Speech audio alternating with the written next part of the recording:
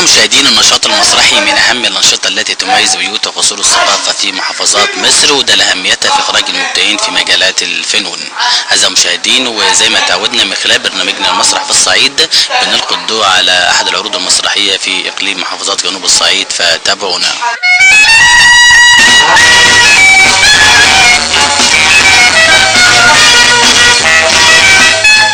أعزائي المشاهدين، هنشوف معاكم العرض المسرحي حلقة نار، المسرحية من تأليف أشرف عتريس ومن إخراج مصطفى المغربي، فكونوا معنا.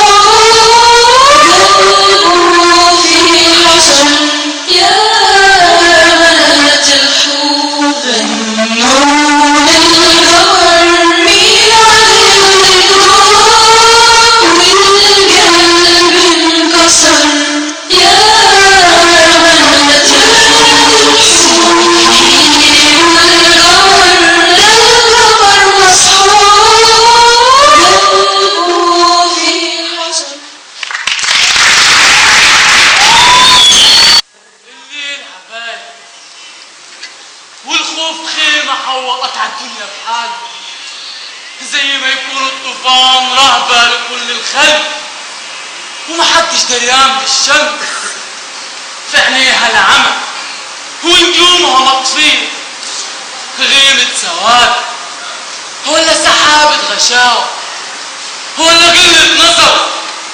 الوجع في البيوت تبقى العتمة منك نار على مين النهارده؟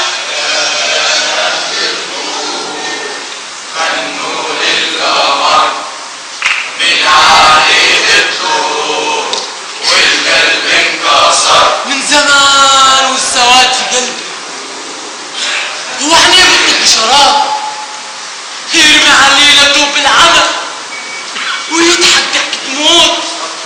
الليلة ليلة بدر، نار على مين النهارده؟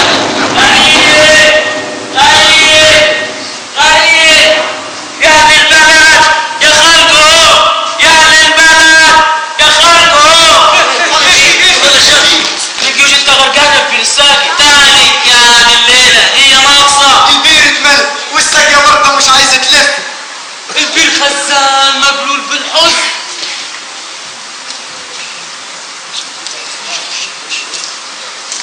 أنا شفت الجتة بعينها بس محدش عارفها، كانت جتة راجل ولا مرة ولا حتى عيل. وسنين الساقية ما بترحمش، الجتة شاربة المية كلها، ما عادش فاضل سقية للأرض. القمر خيمة بتخبي الشمس، الدنيا ليل يا خالي.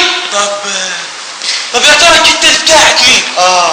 يا ترى الجتة دي بتاعت مين؟ يمكن جبتها الصبح مرات داوود. يبقى رمت نفسها في البير من غلبة. ما هي ما كانتش بتخبي، كان نفسها في الوعي. طب يمكن هو اللي قتلها. بس داوود بينكر انها جتة مرته، ده في البلد بيلف عليها. ايش دراكوا ان الجتة دي بتاعت صبح؟ ايه؟ ما جتة مين يعني؟ يمكن بتاعت الواد يوسف ابن خضر. صحيح، ما هي بقالها كم يوم بتدور عليه.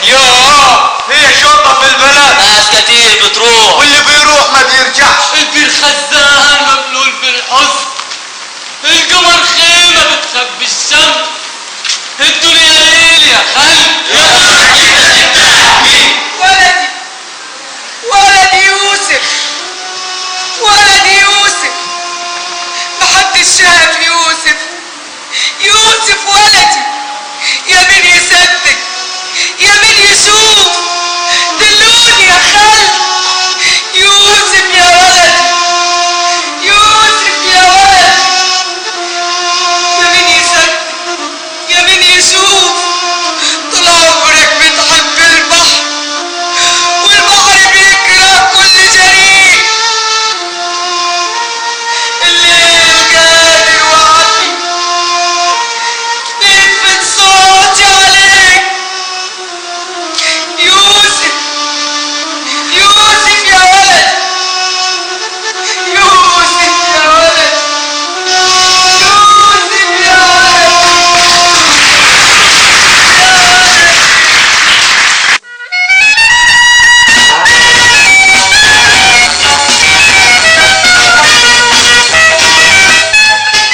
أعزائي المشاهدين، ومن داخل قصر ثقافة مدينة الأقصر كان لنا هذا اللقاء مع المخرج المسرحي وصاحب عرض النهارده حلقة نار الأستاذ مصطفى المغربي. هنتعرف عليه وهنشوف الرسالة من خلال عرض المسرحي النهارده عايز يقول إيه. أهلا بيك يا أستاذ مصطفى النهارده وبرحب بيك. اهلا وسهلا بكم ومرحبا. أستاذ مصطفى النهارده من خلال العرض المسرحي حلقة نار، إيه الرسالة عايز تقولها؟ الرسالة عايزين نقول السلطة زائفة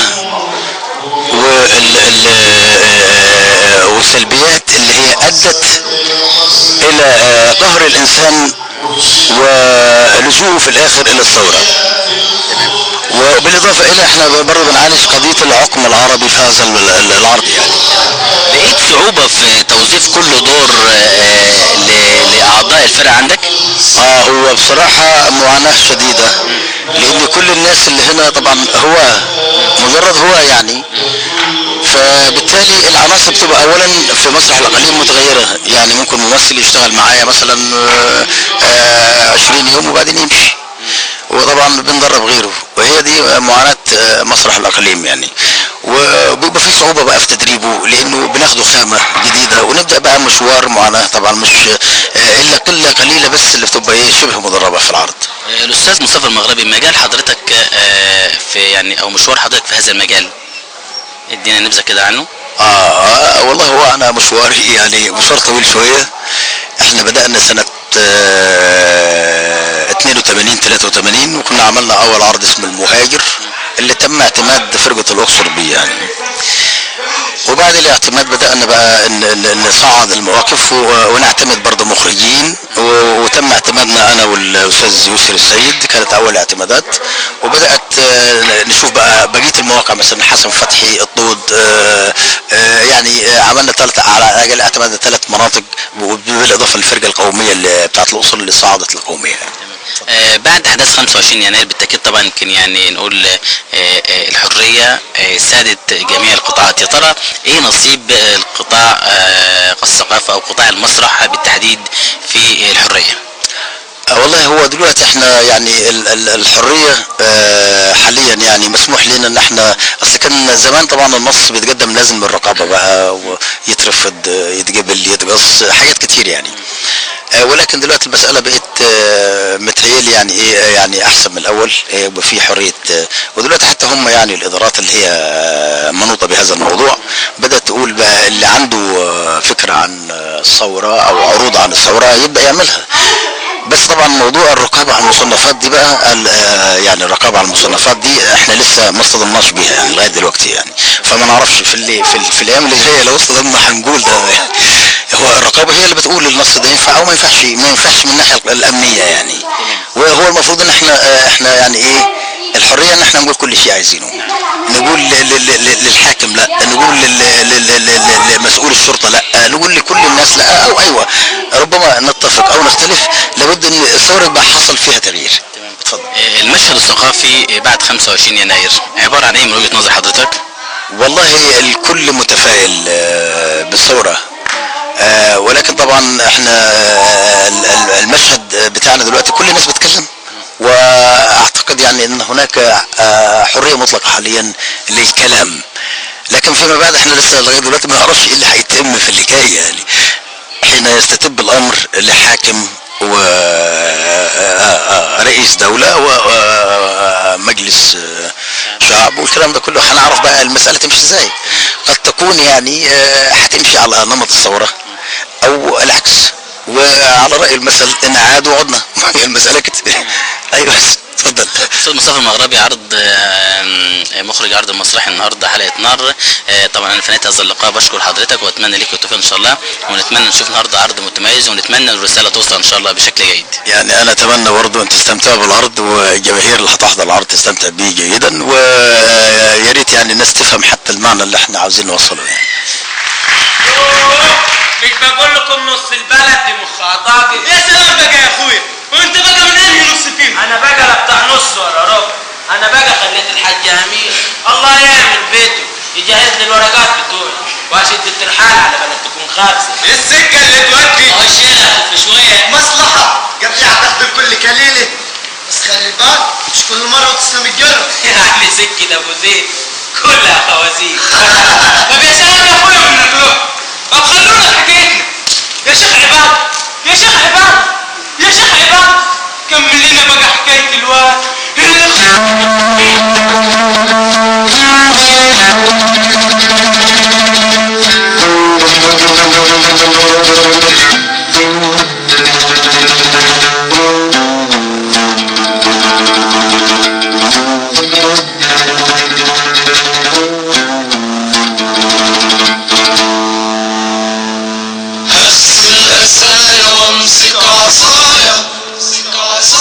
وطف اليأس جواك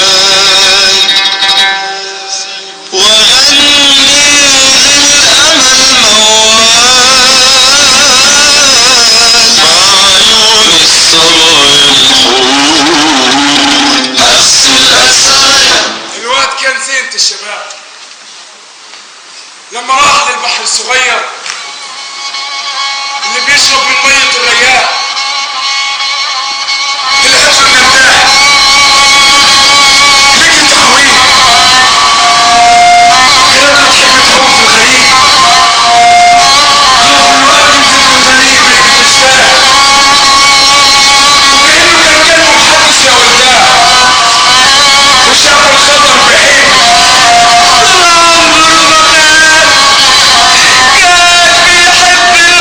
من يومها وامه بتدور عليه بتنادي بالصبر والموال مش قادر تصدق يا ولداه ان اللي بيروح ما بيرجعش والسكه سكه موت ما يعدي منها اللي قلبه ضعيف شكاك والعياذ بالله. اعوذ بالله اعوذ بالله.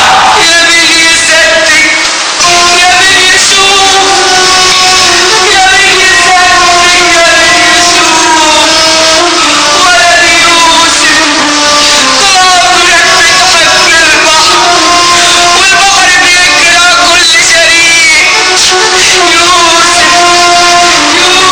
يا ولد يوسف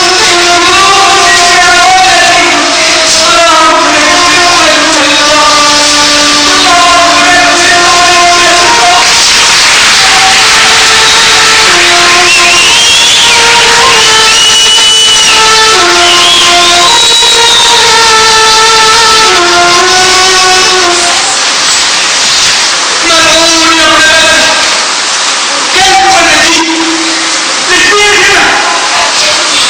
الكلاب بتحب الكيسة صوتك مسحوب ليه لرماك الكلاب ريحة عقل اشمعنى الليلات بنات الحور محوطين القمر بيقدموا له السهور وبيتوجوه الليلات السرور نور بارد قوي وفرش البلد بحصيرة فضة. شيخ عباد بنتك صباحها مش لاقيه.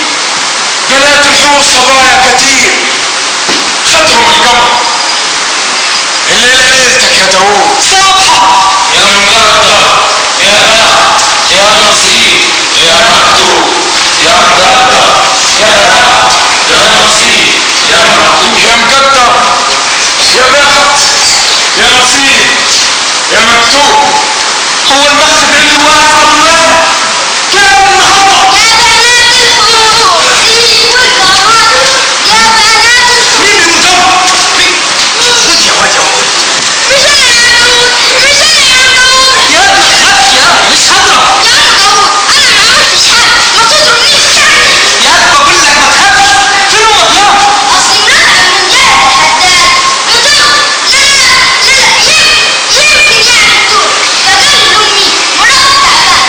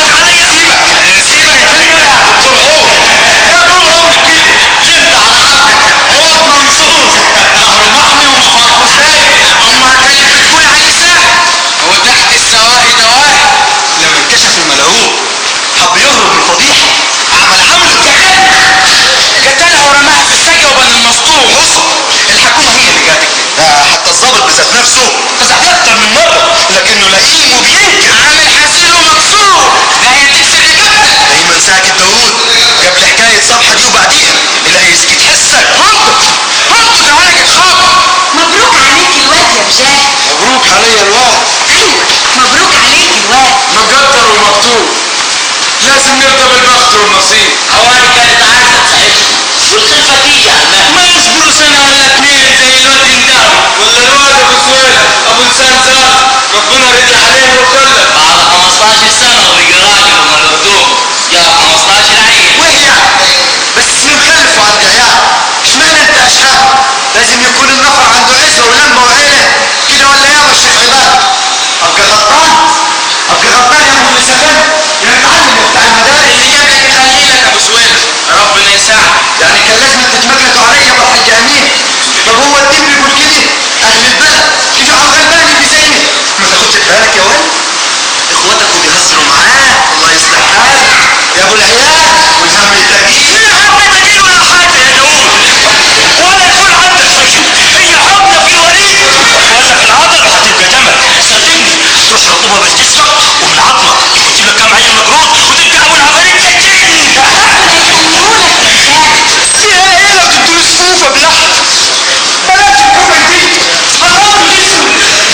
مضر البول على الرمضان عندنا اسم، عالدود على المولود على الحبل المشدود، نصيحة تاخد الكل قليل. نديني يا عوض كام جبت على ايدي؟ الاف مؤلفة عاشوا ماتوا كبروا راحوا مدارس ما راحوش، اللي معاه اداكي واللي معهوش استلف علشان. صبح يا احمد باي، ما انتش حامل يا صبح. مش حامل يبقى انت خلاص كرهت ولاد البلد كلها. تعرف البلد تهاتي وتجري ورا العيال الصغار وتفرح ولد مبروك. كان عمل لك ايه ولد مبروك عشان تضرب؟ عملت انت ايه في مرضي؟ مرتك ابدا، مرتك كانت عايزه تخلف وانت ما قدرش. كان نفسها في حته عيل تتعجب بيه قدام الخلق وتغيظ جوزها الاولاني. وتجيب ليه حاجه وليد؟ انا طول عمري راجل، هي اللي كانت عاجب. عالطفول شجره ناس